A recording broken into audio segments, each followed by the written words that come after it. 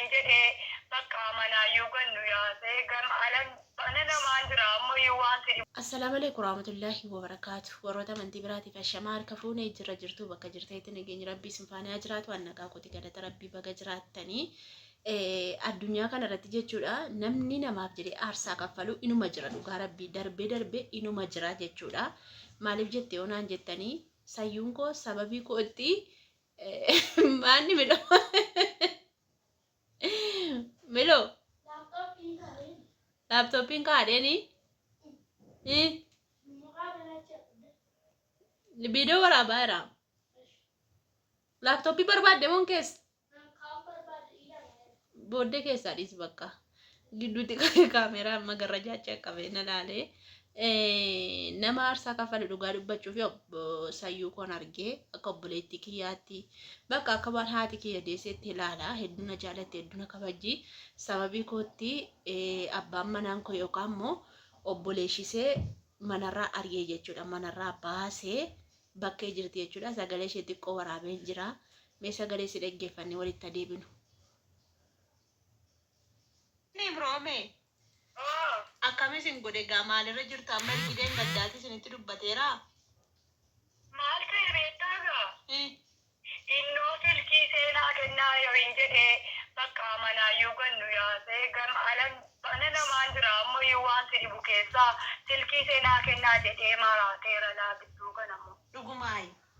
Dhugaala jireenya maalii tetteelaa manaa yugan ya sai naannoo mana namaa ollaa mana namaa jira. Sababii silkii koon kennuu mana namaa deemte?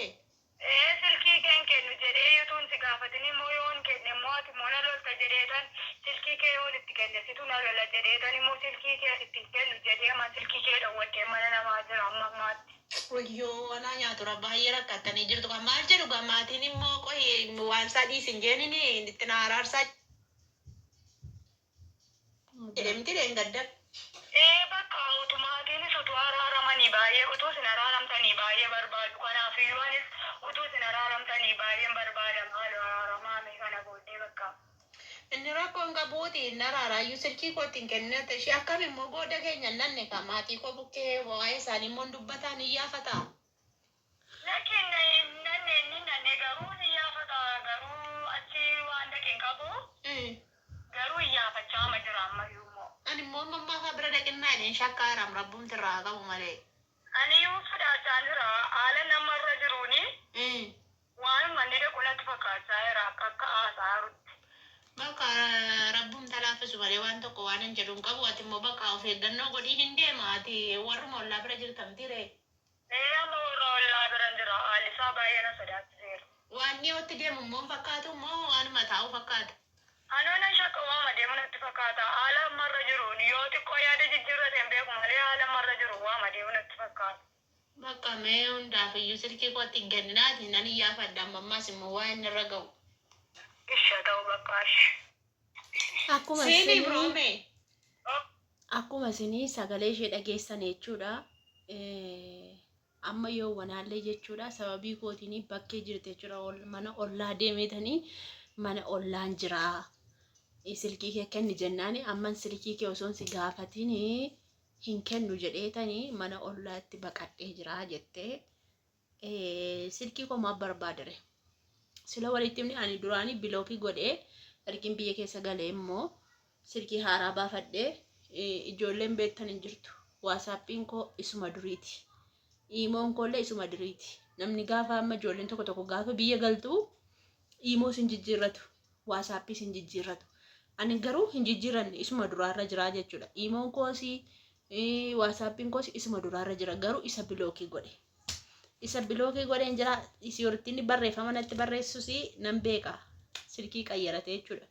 Hortii barreeffama natti barreessu barreeffama isaas nan beeka achumarraan bilookii godhaan. Amma fakkeenyaaf naman maqaadhaan qabadhee jiru malee yookaan immoo naman beeku malee silkii irraan kaasu yookiin immoo ani abaluudha yoo jedhe namni naa dawwale malee silkii namni daayirektii dawwale hin kaasu.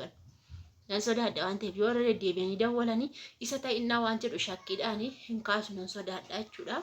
Kanaaf mucaan kun dhugaa rabbii hedduu aarsaa tokko kaffaltee jirti. Harmee koos immoo guyyaarraan gaafadhaa hin dhufne naan jettee mana koo dhaqee ilaaluun isaan oolu. Yoo dhuguma dubbii yaadee mana koo dhaqee ilaala jechuudha. Mana koo ilaaluunsaa waan hin oolleedha. Silkii koo immoo obbolaansaa hundi isaayyuu hin qabu. Mucayyoo ishee kana bichaa miti jechuudha. Ishee kanatu hin heerumne mana jirti jechuudhumaaf malee warri heerumanii bakka jiranis ijoolleen durbaa namni lama warri heerumee bakka jirus hin jiru. Akkasumas immoo obbolaasa lamatu jira. Lamman isaaniiyyuu hin qabu silkii koo. Isaan gaafachuu sodaateetu mucayyoo ishee kana caqaca kanatti fakkaate gadda akkuma isiniin jedhe maatii muluu sababii kootti manaa gadaree jechuudha. Gaafa gale sana maaf na dhoksitanii maaf natti himnee jechuudha. Isaan immoo kan siijuu wal lolee jiru yoo maal gocha himnaa jedhan malee isaanii araara keenya hin barbaadu. Akka nuyi tokko taanee jiraannu hin barbaadu.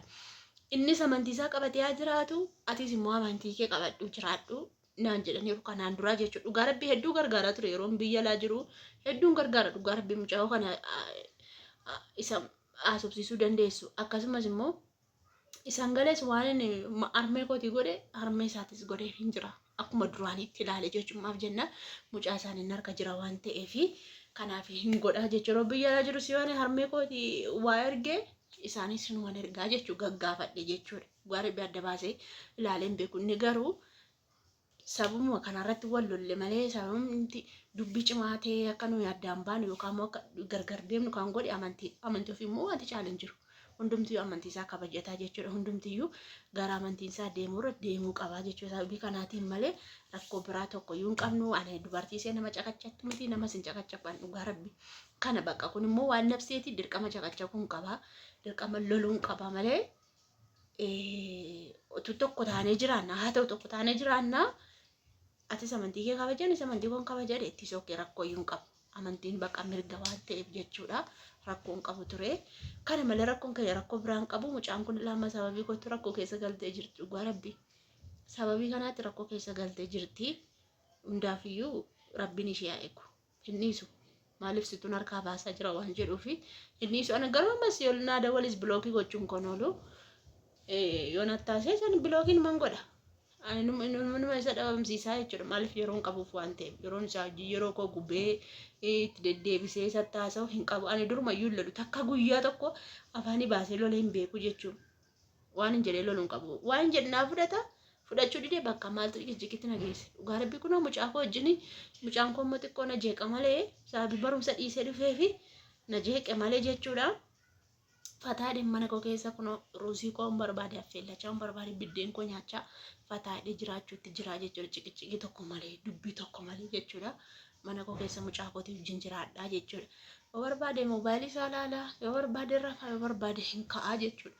Kanaafuu maaltu ciqici dhiiraatti na geessee harmee koo bira immoo hin dhalne ishees immoo guyyaarran dabalee gaafadhu dhugaa rabbii dhufeeraa dheni gaafadha ammaatti hin dhufne naan jettee shakkaan jira beektanii. Amma rigi biyya keessa deddeemutti ka'e kunoo mucaan deemuudhaafis yaadan qabu itti bara. Gara Finfinnee kanatti wal deebi'e waliin agarru gonkumaayyuu jechuudha. Gara Finfinnee kana hin dhufa taanaani waliin agarru maaliif bakki hin jiru gara waan ta'eef bakka nama duraan itti galaa ture inni nan beeka. Amma immoo bakka itti galee jiru inni hin beeku. Miidiyaa kanarra nama deddeemu miti. Sanamma haasa'u kana nama dhaga'u miti. Dhaga'u hin beeku. Akkam fayyadamaa jiru itti mee jiru waan ta'eef duraanis yeroo itti dawwaluufis kanan hojjedhe sanan hojjedhe nama tokkotti mee beeku kan beeku harmee koo qofadha. Obboleettii koo jimmaa sana immoo hankanaachi ijoolleen keenya immoo warri dheengadde dhufanii obbolaa koo tokko beeka malee hundi hin beeku jechuudha. Namni hin beeku amma namni naannoo keenya amma yuutuubii irra fayyadamu hin beeku. Ijoollee tokkotu warra miidiyaa irra jirtu biyya alaa jirtutu ijoollee wallaggaa keenya biyya alaa kanatti hin baay'attu namoonni naannoo keenya keessattuu hin jirani biyya alaa kana. Namoota tokko darbee miidiyaa irratti na argati sabboontu miti na gaafata malee makiinaa fa'aa keessatti gaafa na arganii na gaafatu malee namni beeku hin jiru jechuudha. Ayin odeessu waan akkasiin odeessuun hin ta'u barbaachisu bar miidiyaa jechuun bakka itti jirtu hima bar lookeeshinii gaafa gadhaanii ilaalanii bakka itti jirtu wajjin qucci godhee lafa kaa'u moobaayilii si'anaati teekinooloojii si'anaati saniif jennee isa kan ammaa hin shakku nama kana fayyadamu miti waan ta'eef ijoollee baay'een of eegii si arguu danda'a. Bakka keenya miniinaan jedhanii na gorsanii jiru. Obboleettiin koo guyyaara na gorsiti. Warra dhiiraa immoo amma nageenye. Utuu warra dhiiraatti immoo dubbii guddaa ta'a kanarra. See barbaacha dhufee jennaan dubbii guddaa ta'a. Kana hidheen dhossa. Warra dhiiraa ijoollee warra dhiiraa jechuudha. Obbolaa baay'een qaba. Isaan dhagaanii jennaan dubbii guddaa ta'a jechuudha. kanaaf jedhee tan dhossaa akka normaali akkuma nama nagaan jiru dubbiin jira ciqinciqiin jirettitu jiraachuutti jira jechuudha akkasii hundaafiyyuu rabbi naa eegu